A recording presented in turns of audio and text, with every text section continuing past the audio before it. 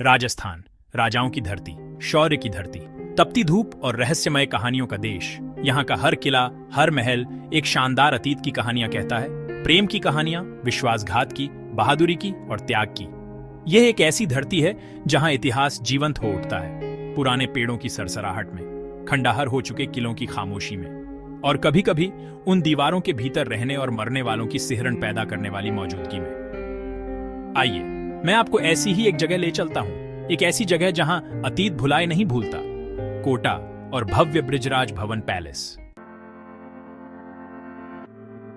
कोटा पूरे भारत में कोचिंग सेंटरों के शहर के रूप में जाना जाता है। छात्रों से भरा हुआ शहर उनके सपने हर कोने को भर देते हैं, लेकिन कोटा एक रहस्य समेटे हुए है, एक इतिहास जो अनगिनत पाठ्य पुस्तकों और परीक्षाओं से भी पुराना है। इससे पहले कि यह शहर इंजीनियरों और डॉक्टरों की आकांक्षाओं का केंद्र बनता, यह एक शक्तिशाली रियासत की राजधानी थी, एक ऐसी जगह जहां महाराजाओं का शासन था और उनके महल समय के साथ बदलते परिदृश्य के मूक गवाह थे। ऐसा ही एक महल है बृजराज भवन, अब एक हेरिटेज होटल। लेकिन इसकी शान और सुंदरता के पीछे एक कहानी छिपी है, एक ऐसी कहानी जो स्थानीय लोगों की रूह तक को कंपा देती है। जरा सोचिए, चंबल नदी के किनारे एक शानदार महल। 19वीं सदी की शुरुआत में बना बृजराज भवन सब कुछ देख चुका है। राजपूत राजाओं का वैभव, अंग्रेजों का आगमन और उसके बाद स्वतंत्रता के लिए संघर्ष। ब्रिटिश राज के दौरान यह कोटा के ब्रिटिश रेजिडेंट का निवास स्थान था।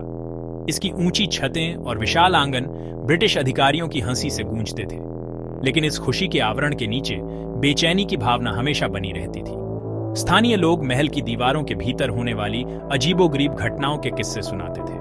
बिना वजह आवाजें, टिमटिमाती बत्तियां और किसी के देखने की अजीब सी फीलिंग। उन्हें क्या पता था कि इन फुसफुसाहटों में एक भयानक सच्चाई छिपी है।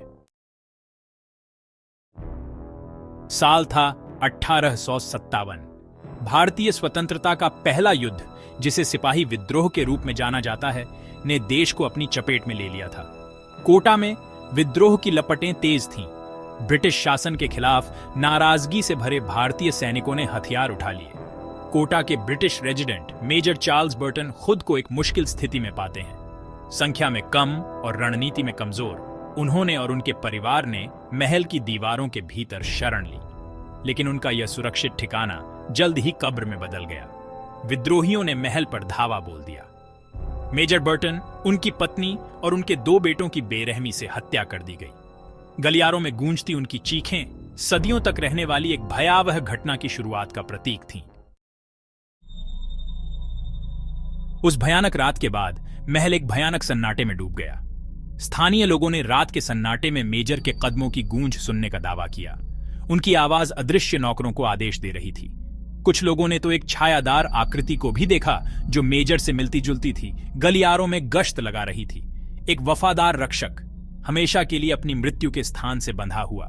महल के कर्मचारियों को अक्सर अपना सामान हिला हुआ मिलता था।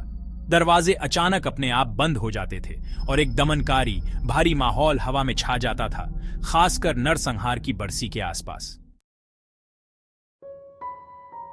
आज बृजराज भवन एक हेरिटेज होटल के रूप में खड़ा है।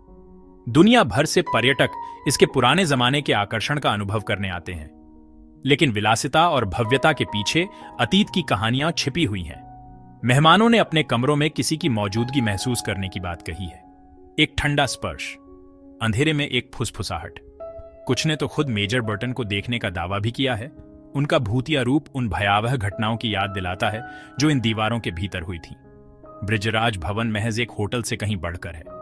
ये एक जीवंत, सांस लेता हुआ एक अशांत अतीत का प्रमाण है। एक ऐसी जगह जहां हर कोने में इतिहास फुसफुसाता है और जहां जीवित और मृत के बीच की रेखा धुंधली रोशनी में धुंधली हो जाती है।